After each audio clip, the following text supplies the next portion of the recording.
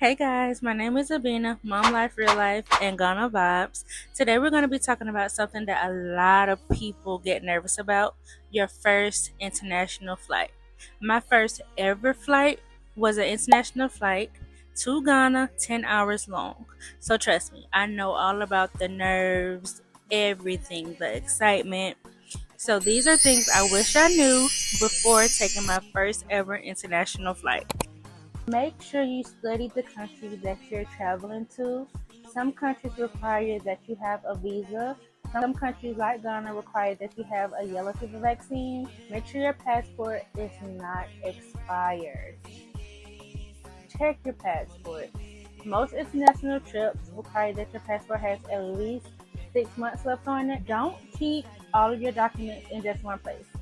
Take screenshots, take pictures, email them to yourself, make paper copies, because the worst thing that could happen is you've been in another country and you lose your document and you're stuck because you didn't have an extra copy of it.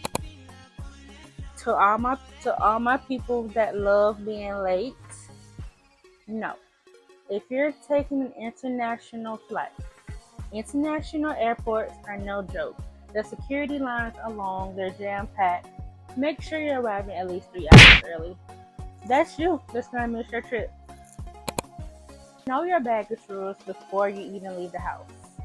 Most international flights let you have one checked bag, one carry-on, and a personal item. I'm not sure about all airlines, but just do your research on it. Weight limits are strict. And if your luggage is overweight, be prepared to pay over $100 for that bag. Make sure you get your luggage scale. This is the one that I always travel with. On your carry-on or your personal item, always keep things like electronic, medication, an extra outfit. If you've never had an international flight, if you're watching this video, that means you haven't. Sometimes your bag will get delayed, so if you get to the country, your bag is nowhere to be found, you still will have that personal item bag with extra outfits, so you're good to go. Make sure you take a note of this. Are we good? Okay, let's move on.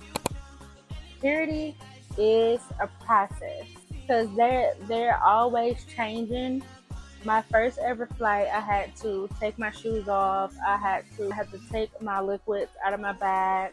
But then the second time that I flew, I had to keep everything in my bag. I still had to take my shoes off, but I had to keep everything in my bag, and it just went through.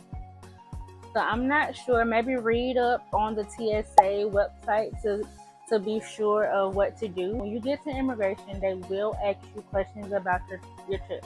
Where are you going? How long are you staying? Where will you be when you're in that country? Make it quick and simple and honest. Now let's talk about surviving the actual flight to another country. Your flight is probably 8, 10, 12 hours long, probably more. Next, you want to make sure you have music downloaded on your phone, games, movies, because sometimes the Wi-Fi, you cannot rely on the airplane Wi-Fi. It will go in and out. When you're on a long flight, take off, or sometimes while you're in the air, your ears will pop. They will feel like you're underwater.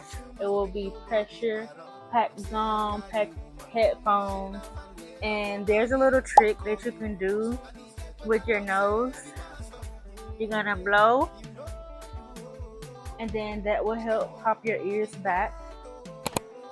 Jet lag is real, and I like to do on long flights. If I'm due to land in the morning, I sleep the entire flight. If I'm due to land at night, I stay up. That's just something, it really helps, because crossing time zones is crazy.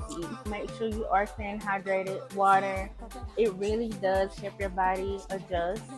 Carry an empty water jug, and after you go through TSA, then fill it up, and that's what you want to bring on the plane with you.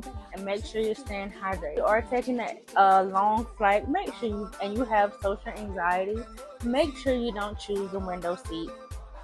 I did this not thinking, and my anxiety was so bad. I was so scared to ask the person next to me, hey, can do you mind getting up because I have to use the restroom? That I stayed in my seat. I was not hydrating because I did not want to go to the restroom. Don't be like me. Don't forget about money. Please call your bank and tell them that you're traveling. Tell them where you're traveling to, how long you're traveling to. Even tell them the different states that you're going to be in before you get to that other country. Bring local cash. Not everywhere takes card, especially if you're watching this and you are traveling to Ghana. Ghana does not always accept cards. They take what you call CDs. Before you travel, turn off your roaming. When you get back, you're going to come back to a crazy bill. The main source of texting that they use is WhatsApp, so make sure you download WhatsApp so it'll be easier for you to communicate that way. WhatsApp is a very known platform. Lines will be long, so just be patient. You will have to fill out a customs form.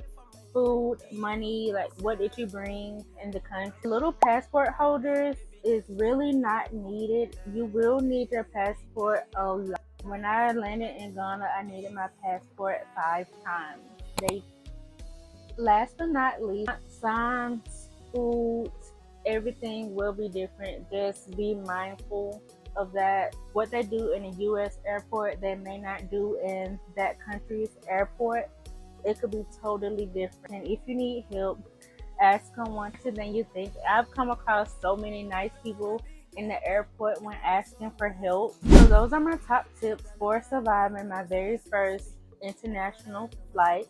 It can be so overwhelming, but once you get through it, you'll feel so proud of yourself. If you found this helpful, make sure you subscribe for more travel tips, mom life, Ghana adventures. Stay well, stay real, and I'll catch you in the next one. Nicki Minaj, come give me love, give me your body. Butter my bread, she got my tea, give me your boo. Ain't nobody touch me.